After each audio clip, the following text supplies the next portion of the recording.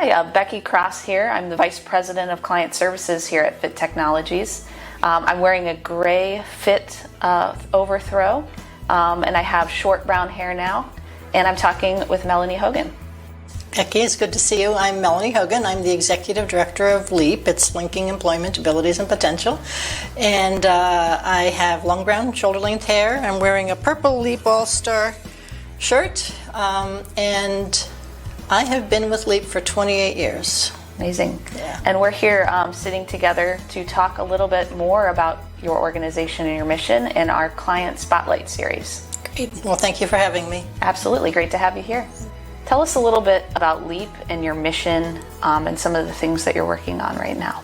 Yeah, so we are what's known as a federally designated Center for Independent Living. And the Centers for Independent Living came into being back in the 70s after the civil rights movement for people with disabilities. Most people don't even know that there was one, but individuals with significant disabilities took a page out of the African American civil rights movement to fight for their own rights and own access to community. When we got written into the Rehab Act, it was Centers for Independent Living were created so that people with disabilities would have control over their own lives and decisions made about them. Lots of people were making decisions about people, saying, well, if you have a disability, you belong in a nursing home, or you can't go to school, or you can't work, and all these sorts of things. And so the independent living movement really brought forth the concept of choice and control and letting people with disabilities make decisions for themselves and direct their own lives.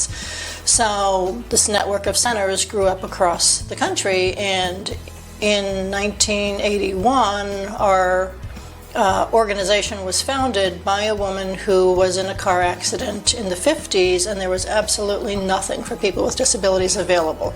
Her parents were told to put her in a nursing home, that she didn't have a life in front of her. There was nothing more that they could do for her. And the mother said, no, I'm not doing that. I'm taking her home. And Doris Brennan was her name. And Doris systematically went about creating services for herself that eventually served all people. So she was the founder of the first Center for Independent Living in the state of Ohio, got the federal dollars to do that, and our programs and services for 41 years have remained the same. Changed differently in scope or funding sources, but basically all of our programs are focused on leveling the playing field for people with disabilities. So we provide independent living skills training. We transition people out of nursing homes. We've transitioned 500 people out of nursing homes to get back into the community and live a full life. We have an employment program helping people, youth and adults, find jobs. We have a recreation program, and during COVID it was really, really significant because the isolation of people with disabilities was just exacerbated incredibly. I want to lean in a little bit to your comment about COVID and the isolation of folks during that time.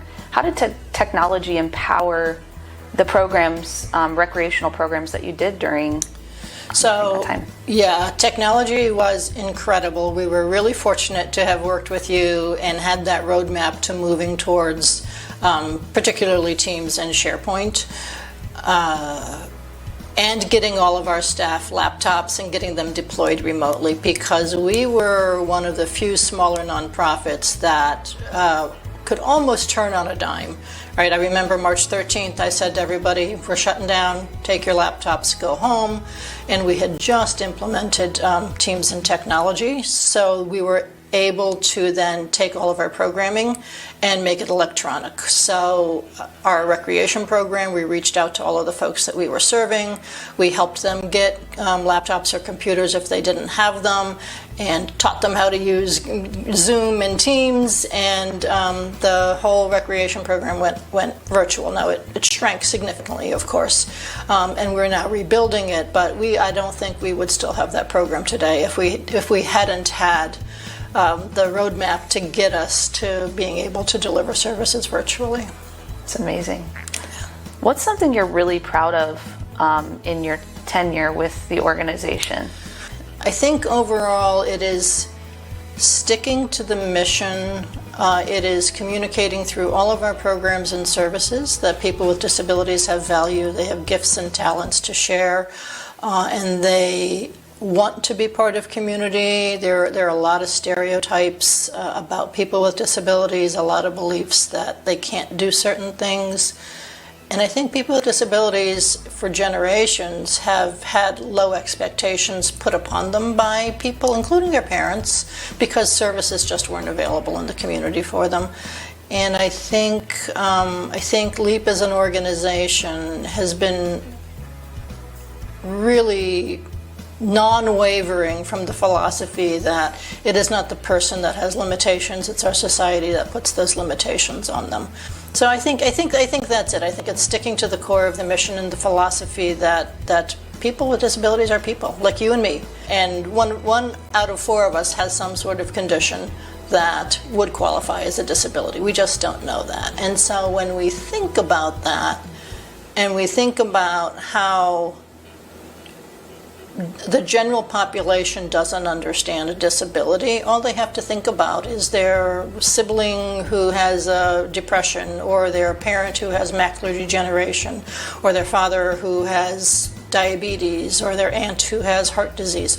All of those are disabilities. So when we think about people being thought of as less than because they have a condition that limits their mental or physical health, it's really just wrong. What is your personal connection to the mission? What drew you to the organization? In hindsight, there are a number of people with disabilities in my family.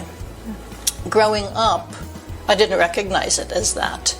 My father had a severe hearing loss. He worked for the government for 25 years. He retired early and started an organization for people with hearing loss, because there's lots of organizations for people who were deaf and use sign language, but there weren't people or organizations for people who had a mild hearing loss and wanted to still use their residual hearing and be able to speak and augment their hearing with technology. And so he started an organization which became an international organization and is still going strong today. And I didn't get it. After all those years of living with my father, I didn't get what he was doing or why he was doing that.